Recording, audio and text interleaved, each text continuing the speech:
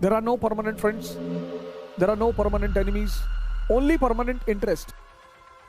मेरी दोस्ती लायक कोई यार नहीं, मेरी दुश्मनी झेल सके ऐसी तलवार नहीं। कोई स्थायी मित्र नहीं है, कोई स्थायी शत्रु नहीं है। स्थायी बस एक ही चीज है, हित। बिजनेस करेंगे, ऑफर क्लोजेस सून। तुम बस जिंदगी में एक चीज छोड़ना छोड़ दो, विक्ट्री और डिफीट। तुम्हारी जिंदगी की 70% चिंताएं अपने आप खत्म हो जाएंगी।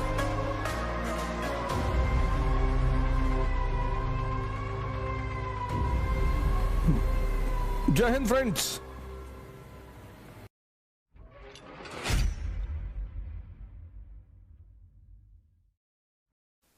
There are no permanent friends.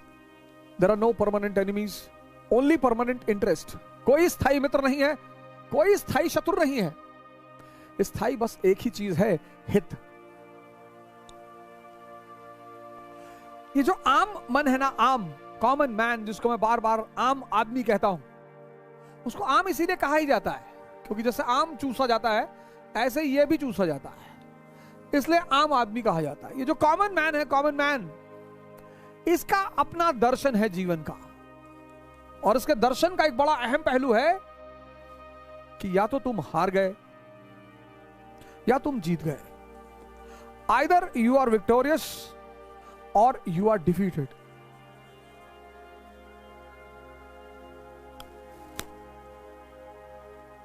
इसलिए तो आम आदमी है।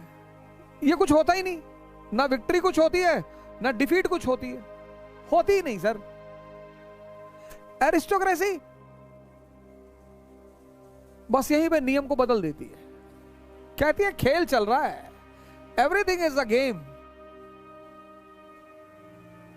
और जब एवरीथिंग इज अ गेम तो या तो विक्ट्री होगी या डिफीट होगी।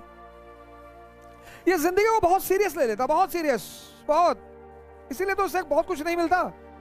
ये इतना सीरियस ले लेता है जिंदगी को, अरे बाप रे। भैया भैया देखो भैया, देखो भैया बेइज्जती, अब दिल्ली तैयारी करने जा रहा हूं भैया, बेइज्जती ना होने पाए भैया। हिंदुस्तान में कोई बहुत सारे माँ बाप ऐसे हैं जिनके जो अपने बच्चों को, अब लड़का 12th कर लिया, अब उन्हें पता है कि 12th के बाद अगर ये यहां रहा शहर में तो ये बुलेट निकालेगा सुबह 7 बजे, और फिर बुलेट के आगे लिखाएगा महाकाल, और फिर चश्मा वश्मा लगा के, रेबैन ओबैन चश्मे लगा के गुड्डू पंडित की तरह शहर में घूमेगा गर्ल्स कॉलेज के टाइम पे, और मार खाएगा और बेइज्जती कराएगा। तो 12th के बाद सारे माँ बाप लड़कों को कहते थे इंजीनियरिंग के, तुम जाओ कोटा जाओ, जाओ कोटा जाओ, तैयारी करो इंजीनियरिंग, जाओ डॉक्टर बनो। अब उनको सेल पता ही नहीं क्या है। माइटोसिस मियोसिस तो बहुत दूर की बात है, उनको सेल नहीं पता, कोशिका।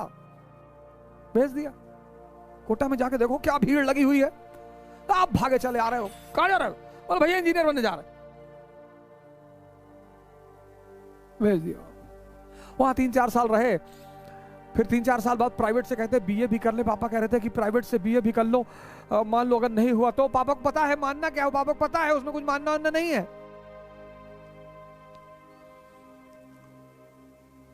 फिर वहां से 3-4 साल बाद लौट आए, पता चला नहीं हुआ, आए बोले बहुत रिजर्वेशन है और बहुत बहुत बेईमानी चल रही है, कहीं नौकरी है ही नहीं, मोदी जी सब नौकरी खा गए।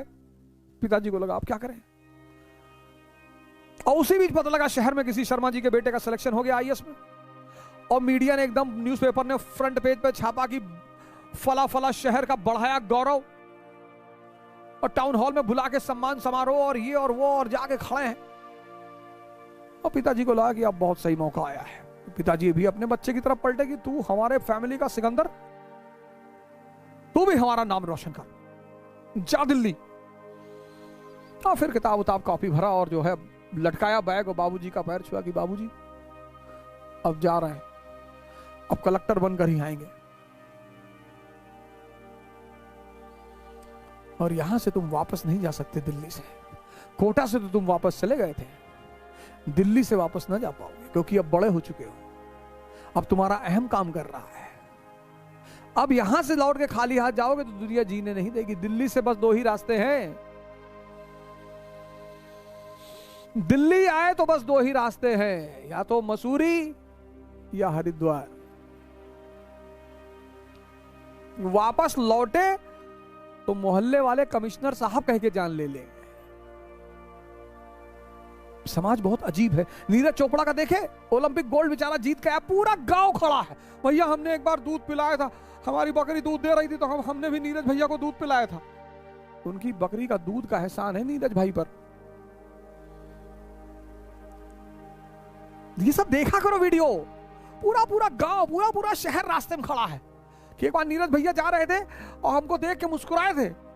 ऐसे तुम्हारे साथ भी होगा, और हार जाओगे ना तो इतनी गाली पड़ेगी, इतनी गाली पड़ेगी। और मजा दोनों में है, और हार के जीतने का जो मजा है, क्योंकि अगर हारे तो दुनिया पता चल जाती कि है क्या। जो लोग जिंदगी में कभी नहीं हारते ना, वो जिंदगी के अंतिम समय में बहुत परेशान होते हैं, क्योंकि अंतिम समय में अगर यूटिलिटी खत्म हुई और दुनिया ने साथ छोड़ा, तब जीना बहुत मुश्किल हो जाता है। इसलिए जिंदगी में कभी कभी हारना भी बहुत जरूरी है। तुम बस जिंदगी में एक चीज छोड़ दो, विक्ट्री और डिफीट, तुम्हारी जिंदगी की 70% चिंताएं अपने आप खत्म हो जाएंगी।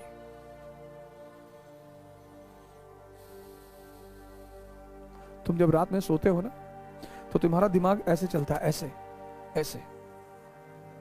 जब लेटते हो बिस्तर पे, तुम्हारा दिमाग ऐसे चलता है, ऐसे। तो पहला फेस ये है कि आईएएस बन गए, मंत्री जी की बेटी शादी हो गई, गांव में सब लोग गए हैं, पैर पे लेट गए हैं, पूरी दुनिया वाह वाह कर रही है, तो तुम बड़ा चौड़े होकर लेटे रहते हो जब ये वाला फेस का सपना चलता है। तो फिर सेकंड फेस का सपना चलता है कि आईएएस नहीं बने, पापा घर से भगा दिए हैं, गर्लफ्रेंड छोड़ के भाग गई है, गुरुद्वारे के सामने बैठ के खाना खा रहे हैं, और तुम फिर सुबह हुए सोते हो। तो मुझे किसी आदमी को सोता हुआ दिखा दो, मैं बता दूंगा कौन से फेस का सपना चल रहा है। और यही इसलिए तो अरिस्टोक्रेसी उसके नियम है अपने, वो इनके साथ रहती ही नहीं, वो जानती है यार फालतू के सिद्धांत जीवन में। मैं तो शिकार हुआ सर इसका, मैं तो सर इसका शिकार हुआ, तो बच गया, सौभाग्य से अच्छे गुरु मिल गए।